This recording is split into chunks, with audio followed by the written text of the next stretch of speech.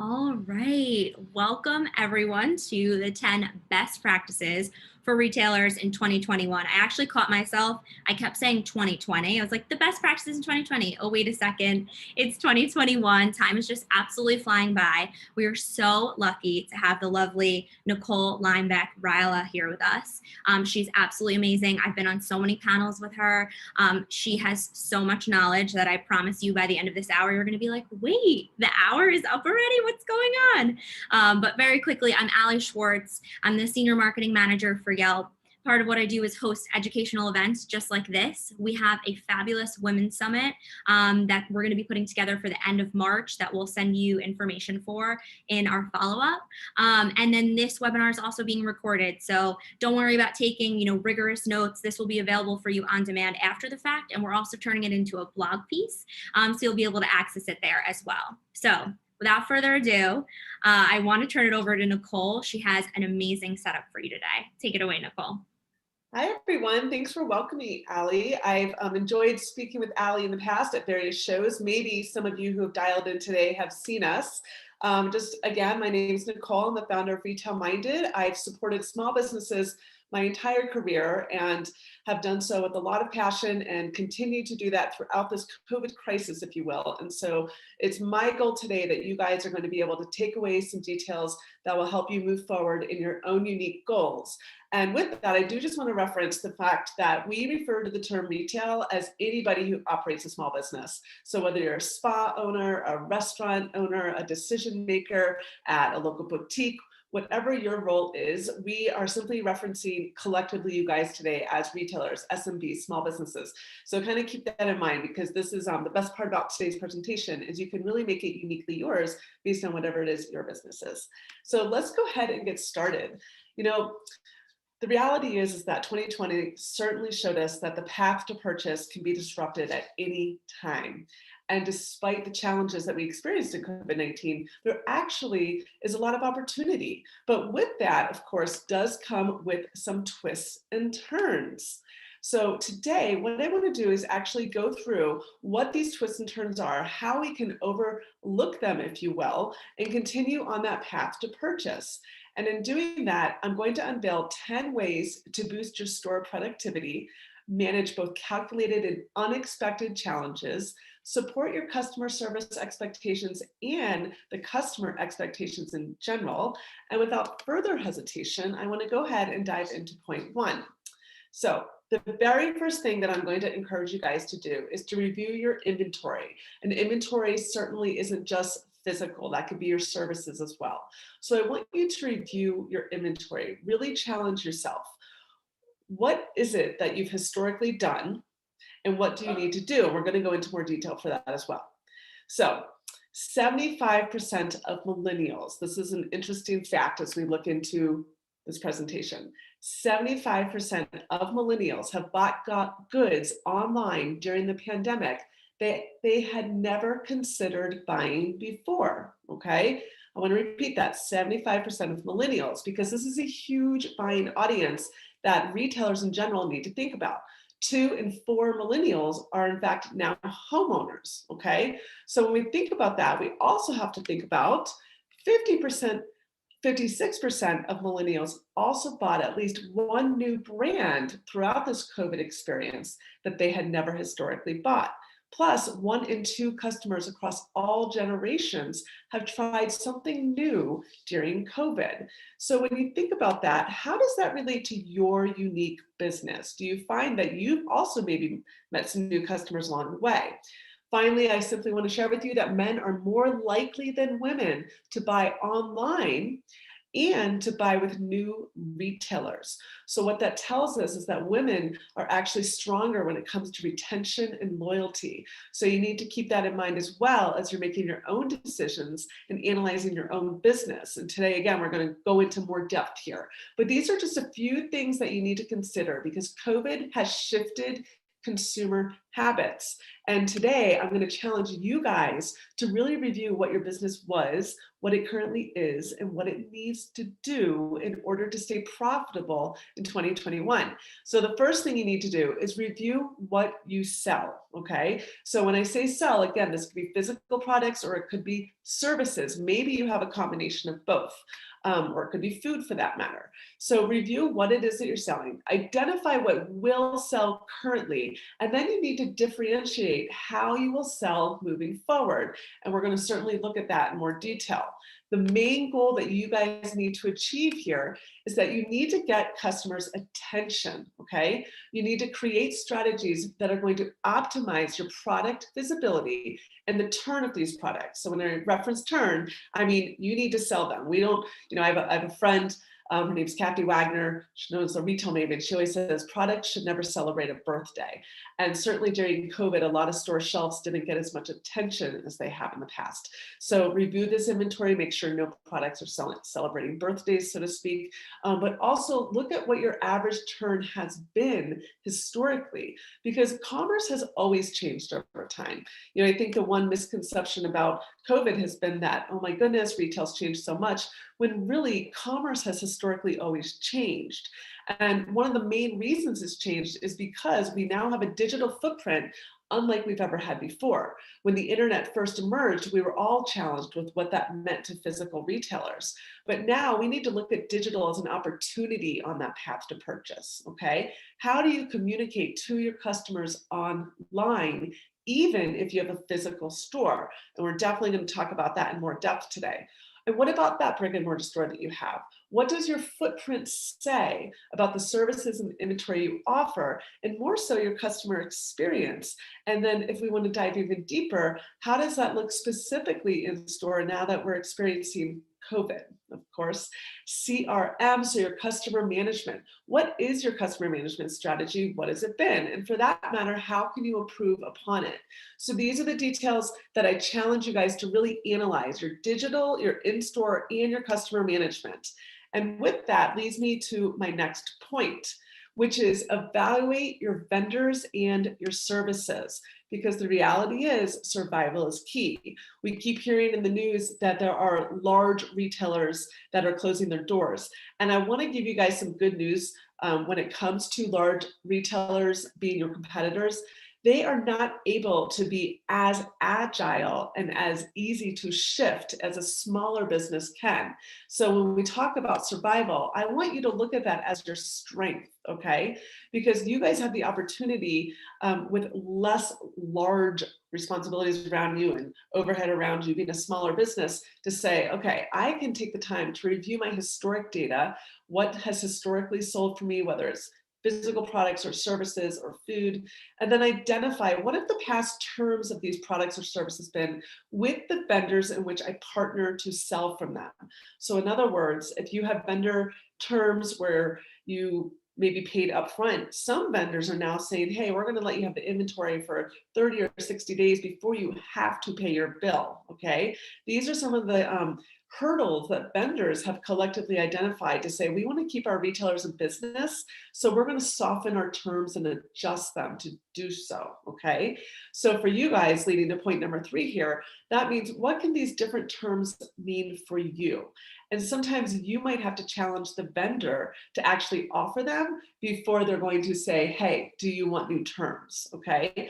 Plan what changes you need to make as well with your financials, with your overhead, quite frankly.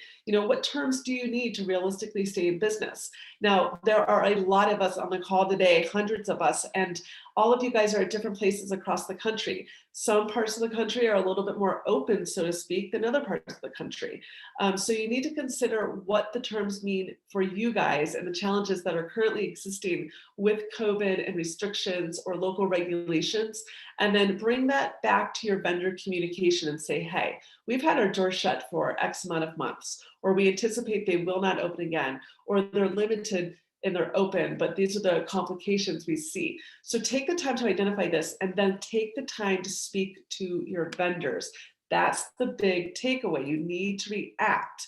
Now, for some of you guys, that might actually mean closing existing orders that are open, considering new vendors as well, even adjusting future buys on your inventory or the products to support the services or food that you might sell. What's really, really hard is that you might even have to end existing vendor relationships to open up opportunity for you to welcome new services or inventory. Because earlier in presentation today, one of the things I said was review what has historically sold, consider what is currently selling, and then differentiate what you're going to do moving forward. In other words, you need to be proactive in order to be profitable. Make no mistake, this is very, very hard to do. But in this process, you need to actually consider how this is going to directly be impacted by your vendor communication and relationships, okay? That leads me to our next point, which is to plan your inventory and services. Make no mistake that change can be hard. There are challenges within our current marketplace. And so with that challenge, we have to make sure that planning is a huge part of our agenda so that we can, in fact, survive. And I think that's the big takeaway here is we want to survive, of course. So what changes need to happen? I want to answer this question. I want you guys to answer this question for yourself, okay? What changes have you made or do you need to make to adapt to the new constraints of COVID specific within your local retail marketplace, okay? Doesn't mean investing in new inventory and services that will more readily sell in this environment, or does it mean budgeting in consideration of revenue goals that you want to make? There's a lot of things that need to happen, but the key takeaway that you need to keep in mind and at the forefront of all these decisions is that the focus needs to shift from margin to cash flow during this unusual, unexpected, and certainly unplanned for time. So there's a lot of details to consider, but when you think about margin, it's going to lead us to cash flow, okay? So start to, again, upon your inventory and service analysis, start to consider, where are my margins? Where are my higher margins? Where can I increase margins in order to boost cash flow, okay? That's the key. We want to strengthen your cash flow. And as you're doing this, I want you to actually think about you as a consumer, because as decision makers in small businesses and retailers and restaurant decision makers, we stand in that decision role. But if you actually stand in the consumer role for a second, I think it can help lead to some of these challenging questions. For example, are you even comfortable interacting at this point during this pandemic, interacting with store staff or waiters or waitresses or whoever it might be? Do you prefer to make transactions online yourself, or are you willing to drive somewhere to pick up a purchase? What about interacting via phone or online? What's your preference for that matter? And what has become a roadblock to you in your own purchase experiences throughout COVID? I personally can tell you that I'm not a huge fan of online engagement in terms of chat boxes or anything that doesn't allow me to connect with a real person, so to speak. But I am a fan of messaging. And so text messaging or direct messaging online that can lead me to a physical in-store experience. So when I reflect on that, I tend to go to those local businesses that offer those experiences for me. So when I challenge you with these questions, it's not just to answer them, it's to reflect on how this is directly impacting your business right now and what you guys are offering as a business to consumers, okay? You can review these questions here, just a few more with you. What are you not willing to compromise when it comes to spending? And what best practices do you take as a customer to ensure your own safety? And finally, what best practices do you expect from stores, okay? So I want you to analyze every single detail of your personal customer preferences and then consider how very, very different customers can be, okay? You already know that, but part of the process is you need to begin to create a strategy that supports all customers. Everybody's comfort zone has shifted during COVID. And with that, we've actually recognized that as businesses, we need to be at all the touch points in which customers exist. And so with that leads me to my next point, which is you want to embrace local identity, okay? So your customers want and they need local businesses to survive. You need to make sure they know you're open, that you're there for them, and how they can be in touch with you. I've always said that, local communities are brought to life by the small businesses and which make them up. And now more than ever, we're seeing this come to life with how businesses are responding to COVID and also to the customer sentiment of this past year and what we're learning from customers, how we can actually leverage that to boost our businesses and boost our community engagement. So when we look at community engagement, what does that mean? One of the things that I love most about communities and small businesses is that they have the opportunity to support each other. So possibly it's with your local chamber of commerce or your local Main Street association. Possibly it's with local groups, even like Yelp meetups and various opportunities in which community business decision makers come together and they embrace supporting each other because they know that they can't stand alone. One business does not make a community. It collectively is made by multiple businesses, and for that matter, multiple residents. So, and of course, consumers. So look at the engagement within your community and see how you can be more a part of it. And of course, that leads me to like-minded partnerships. There's a lot of great businesses out there who have done some amazing things working together. I know I used to live in Geneva, Illinois. I currently live in Denver, Colorado. And one of the things I loved about when I lived in Geneva, Illinois, was there were some super savvy, smart, fun, different partnerships that emerged from small businesses, such as there's this great cupcake shop, and they always would set up this really sweet little holiday themed sort of corner or a nook in their store and invite a photographer on, I think it was the first Saturday of December, where they'd invite a local photographer and then also a local kids store who actually created that theme. And they did these, pictures with Santa or just holiday pictures with families that would come in with the purchase of a cupcake or other bakery good. Now, they incorporated, I think it was like 3 or 4 businesses in that partnership. And it was something that local families started to really get used to and excited about, became part of their own holiday traditions. There was also a pet store in that same town that did partnerships all year long with some unexpected people like local musicians and local restaurants. And they did this in a very unexpected way. Now, here's the takeaway. Even though their businesses and services offered are very different, their audience is very similar, okay? And that's what you guys need to look at to embrace. How can you work with like-minded, non-competitive businesses own reach of consumers, okay? And of course, local media is always going to be a great place to gain some visibility for your store. Here's the thing about local media though, and for that matter, national media and all media.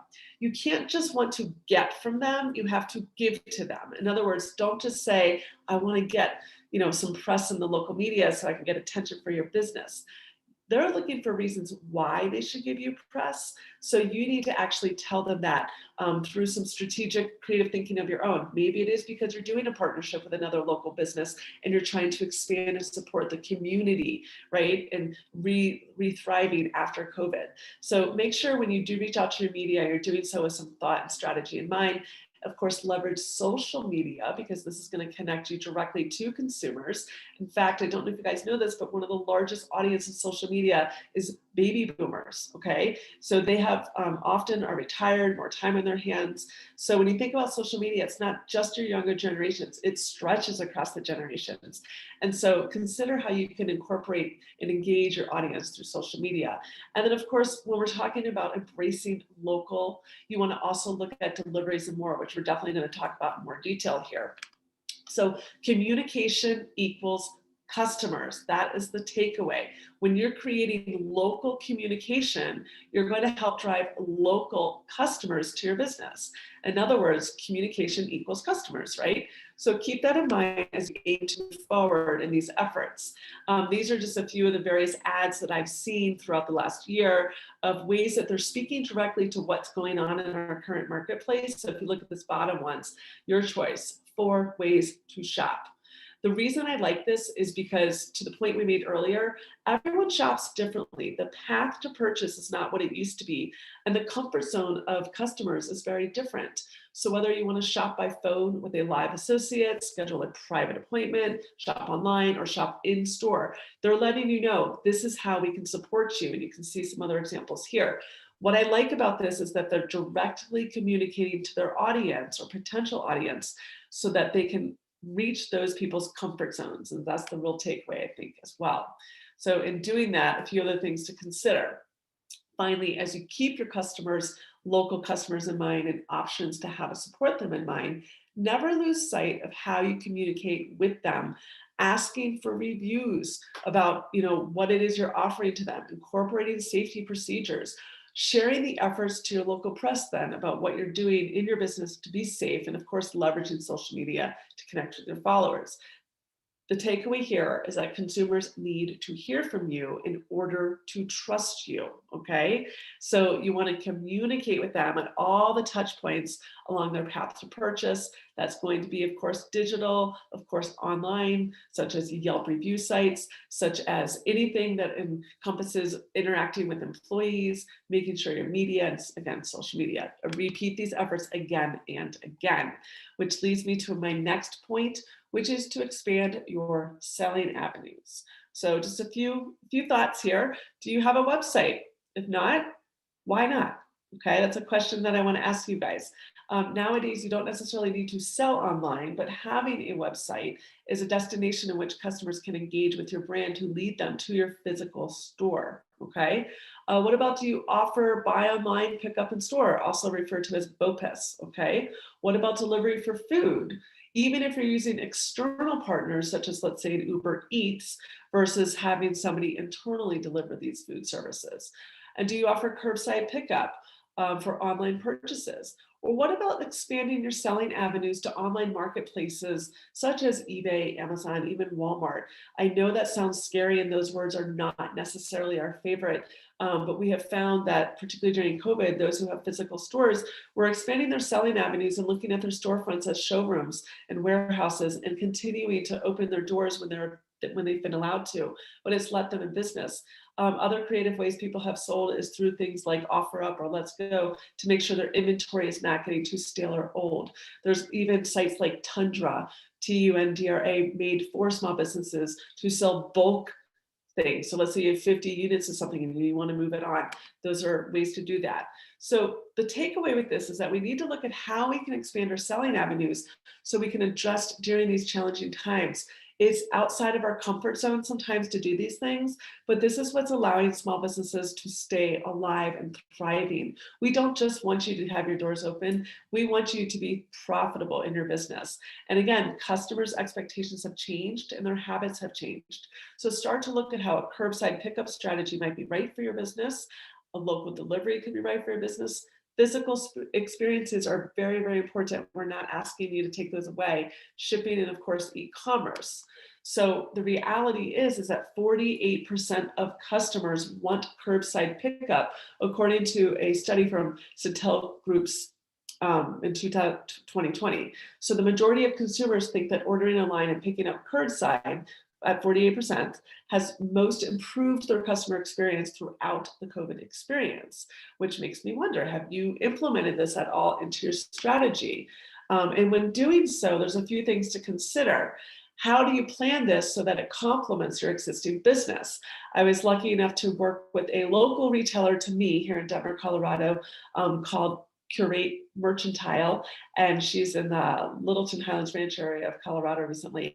And as we were sort of navigating and reviewing the footprint of her physical store, one of the things she did was actually incorporate a curbside pickup strategy. She's a local small business with a fantastic presence here, but she doesn't want to not have that because she knows her big box retailers do. She also knows that her customers want it. Okay, so you need to have clear explanation and signage of how this looks like, not only in your internal store, but your parking lot. Those of you who have leasing agreements and you have rental agreements from properties, whether it's Kimco Realty or another realty company, you might want to look out to them, reach out to them directly and say, what are you doing within the parking lot so that we can offer this for our customers? Okay, so it's not just you guys as business decision makers that have to make all these decisions. Reach out to your vendors, reach out to your leasing partners, make sure that the strategy is coming from all angles so that it's best delivered to your audience. And then again, consider how you plan to alert customers of the availability during this curbside experience. So text message is great. There's been a lot of success we've seen from this being incorporated into the overall strategy of businesses and consumers throughout COVID, but certainly during curbside pickup experience, or even if there's been something dropped off for local delivery at your door, you can be touchless, contactless. You can have it dropped off, text message them, alert them it's been delivered. Okay, a phone call works too, and a scheduled time. So don't hesitate to say, if you arrive between 1 and 1:15 p.m., please text us at this number and we will bring you, your purchase, or something of that sort to complement whatever strategy is you're doing here. But having a system in place is key. Okay, so you want to make sure that in this process, you're being organized, well thought out, with a clear plan of action to deliver as safe and easily as possible. And this, again, is going to include those local deliveries. When you're offering local deliveries, you're doing so with convenience to your audience. It offers more personalization from you guys as a brand. So for those of you who are, let's say, leveraging Uber Eats, which is great because they have so many customers that are already on their app, that's going to be introduced to you. But what about the customers who already know about you and they're going to call you directly? This is a great thing to consider as well. And even as a retailer of a traditional boutique, this is also a great place to say, hey, we can make local deliveries within, let's say, 20 miles. There are a few stores that I'm familiar with that are doing this on certain days of the week. So they do it on Wednesday, Friday, and I believe Saturday mornings. So you can also define what those terms look like for you. And doing that, you are identifying as well to your customers what that looks like. So you want to offer clear explanation of delivery times. So when things will actually be delivered, for that matter, the availability of delivery. Is there any additional expenses involved, and who's going to pay for those? Possibly it's simply a service you offer and you don't charge if it's within a certain mile range, but maybe you do charge if it goes over that range. So identify limitations as well, and make sure that your audience is very clear about what the terms are. I think that that's the key takeaway here. The other key takeaway, of course, is that safety has to remain the number one priority throughout our COVID-centric world. You want to protect your customers, but also you want to protect your staff. So most shoppers have some level of worry about the risk of potentially contracting COVID-19. So it's your job to put sort of a rest to that fear. And in doing that, you need to offer very, very clear guidelines on what that looks like for your business. So of course, you want to prepare your employees with protective gear. This could be everything from a uniform that you've identified so that consumers are alerted to what to look for in somebody who might be walking up to their door, right? Maybe it's simply a navy shirt to match your brand logo with a logo on it, but make sure that the protective gear expands, of course, to the masks that's required. Possibly you're introducing gloves, and then alert your customers to delivery times and any enhanced safety protocols that you offer to support these delivery experiences or curbside pickup experiences too. Anytime you're engaging with a customer, this is something you want to consider. And you also want to welcome customer reviews of your experience that allow evaluation of the service that you're offering. I am a strong believer that listening to customers through reviews is a great way to build your business success. And when you know that you're being encouraged or customers are being encouraged to review, I also think it sort of encourages your own staff to do a better job. Okay, and then incorporate safety expectations from employees regarding the interaction and delivery details as well. So remember, there's a lot to think about here. There's certainly a lot to consider during COVID, but we live in a digital connected world that it might start at the computer, but we're pushing it into physical stores. Okay, so this picture is supposed to represent that. Like a customer might start at the computer, but they still want to get to those physical stores. So your digital communication is so incredibly important. You need to consider what the touch points are of your digital audience and where they are. And we're going to go into that, of course, in more detail as well. So the next point I want to consider here is reconsidering the in-store experience. I don't think it's any surprise that we have to do that. Safety is number one. We just talked about what that might look like. You want to, of course, protect your customers and your staff. But when we're in a store, how do we do that? I know you guys have heard a lot of this, so I won't go into a lot of depth here. But within the store, consider how you are actually introducing social distancing best practices. And what are those maximum store capacities? Have you made that clear to your audience with signage so that your customers know 10 people at a time can be in the store? And many stores actually have to encourage an in-store time limit just to keep the flow of customers moving. And then, of course, store cleanliness. I know I work out at a great business here. It's called Spenga. It's a franchise, so it's a small business, but they do a really good job of updating what their cleanliness procedures are. Granted, we're working out, there's a little bit more just exchange of movement and activity in the space, but they're constantly pushing out what they're doing on their social media and through email updates. And I can tell you, it's really comforted me as a consumer of their business. So, I would challenge you, how are you showing that comfort to your own audience through these safety best practices of COVID? And then contactless checkout, number 7 here. I think that that's another really, really key thing. Some businesses have actually said they will no longer accept cash during COVID. And one of the things you need to make sure of is that, again, you're communicating this, because communication is what allows customers to learn and understand. I love this small business sign. It literally says, please stop and read. And I have to tell you, I love all these creative ways that businesses kind of communicate to their customers in their own brand lingo. They're telling you, stop, read, right? Keeping it safe. Online ordering, delivery, or store pickup only, okay? 2 to 8 to wait, here for someone to come to the door. So they're open from 2 to 8.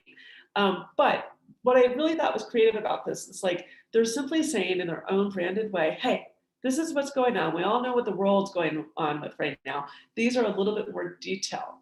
For many stores, businesses or business hours, business experiences, it's not looking the same like it used to. For others, that phase of beginning into normalcy has happened.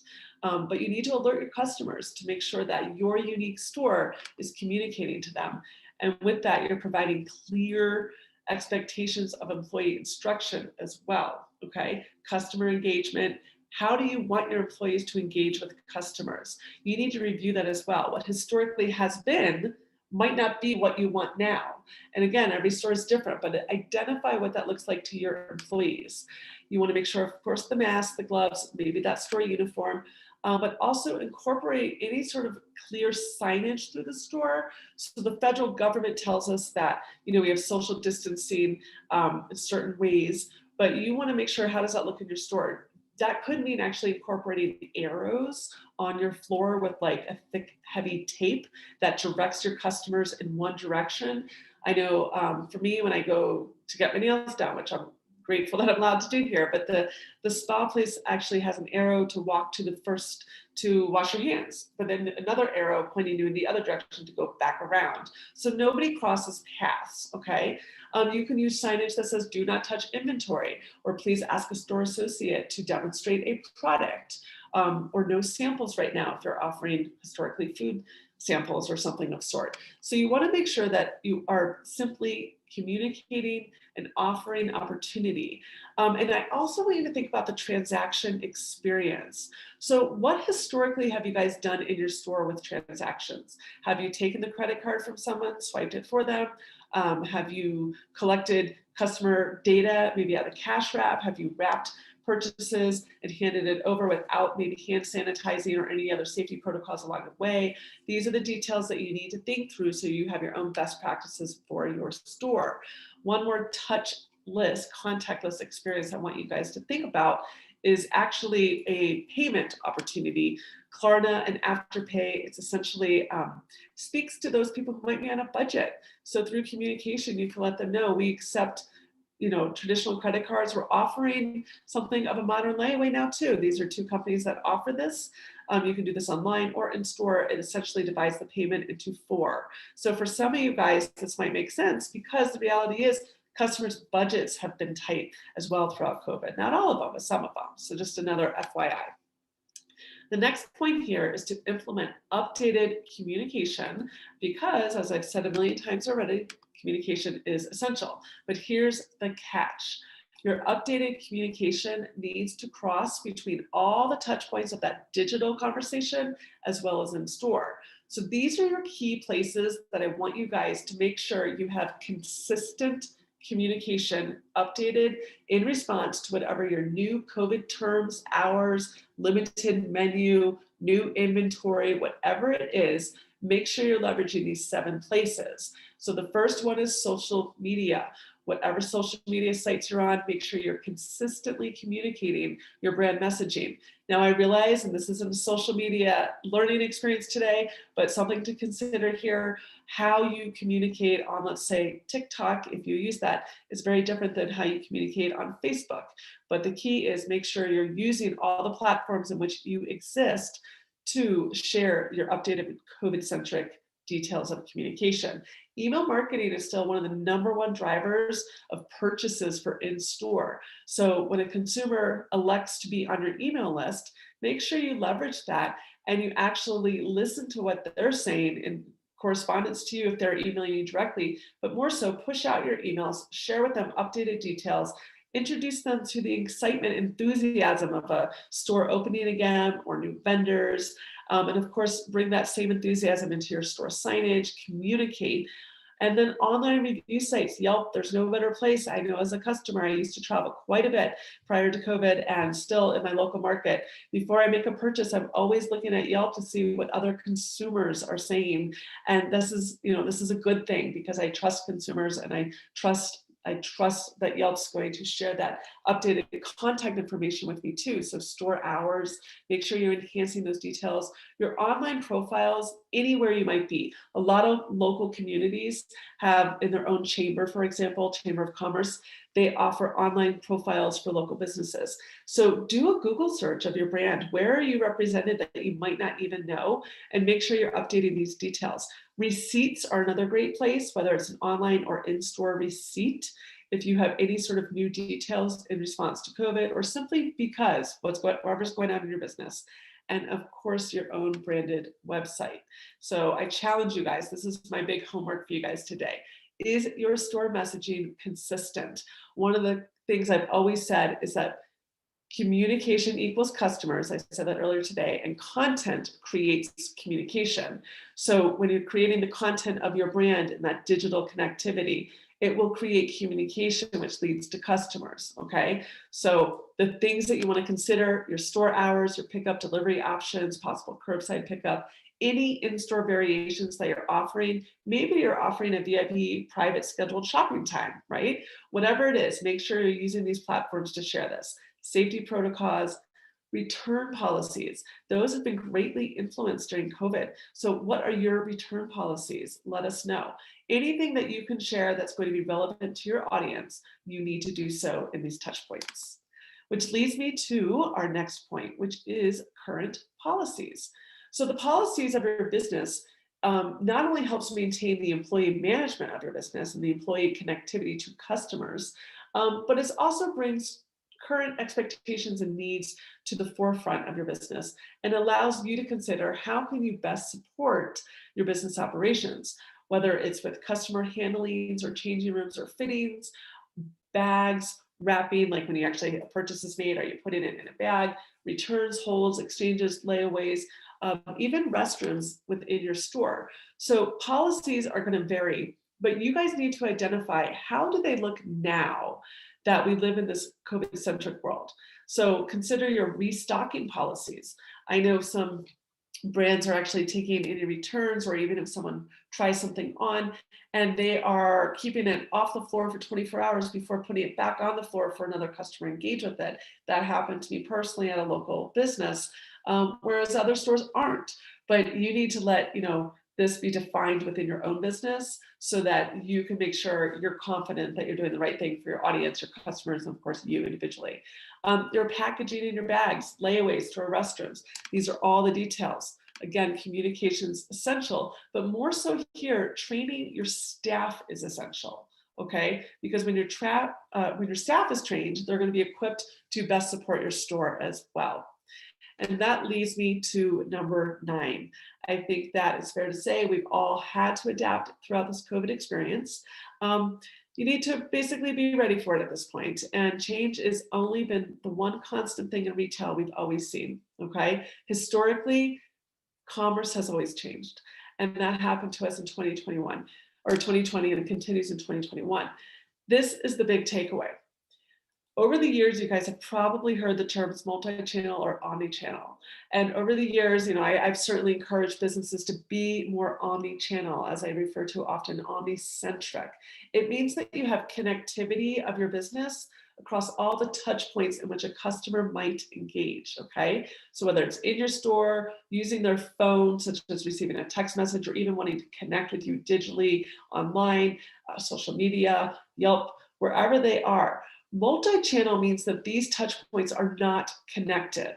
And I think that if COVID taught us anything, is that the ecosystem of commerce must be connected by every single individual store and business in order to move ahead, okay?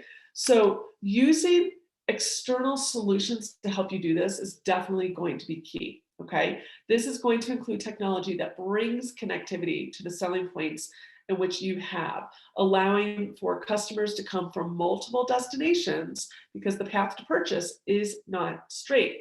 So when you're using external partners, it's including technology such as you use with Yelp, such as you use with probably your point of sale system, okay? So I'm asking you these questions just to sort of provoke your own thoughts of your unique business. Are you benefiting from the technology that's optimizing your current retail landscape? And does technology help bring clarity to any online and offline in-store selling opportunities? So with that clarity, the data that it shares you, are you actually reviewing the data and then reacting to it, okay? What about customer communication? So through technology, you can actually incorporate stronger customer connectivity and customer management, okay? What about your own store staff? Technology allows us to interact with our staff more and allows them to interact more with customers as well. So, and what have you considered investing in when it comes to technology but may not have yet? And what are the greatest challenges you have right now? What are your goals? Because I'm going to bet technology can help you along the way. I am definitely a bit of an old-fashioned girl. I like things to be in-store, brick and mortar. Technology is a fantastic asset to that, so don't let it scare you. Which leads me to my final point today. You need to listen to your customers. So this may seem obvious, but is it? So I know I can't see you, but if I were to ask you guys right now, are you your own boss? How many of you would raise your hand? And, back before COVID, I used to stand in front of people all the time. I've done so with Allie, who joined us today on this call with Yelp. And we used to, get to talk to people in real life, so to speak, in person. And it was something I always ask people, who here thinks you're your own boss? And because we're always working with great small business owners, almost all of them would raise their hand.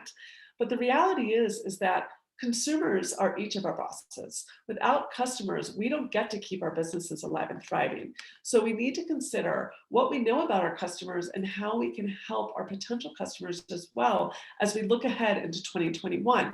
So what do they want? Do they want lower price points? That's always a topic of consideration. Do they want different categories of inventory from your store? Their lives have changed professionally and personally, which means their consumer spending choices have varied as well. Do they want to hear from you more? Maybe they miss seeing you in person, so they're leveraging digital connectivity, which we've talked about more. How do they want to hear from you more? Okay. Do they want to gain new purchasing experience? And they want to reimagine how you can work with them?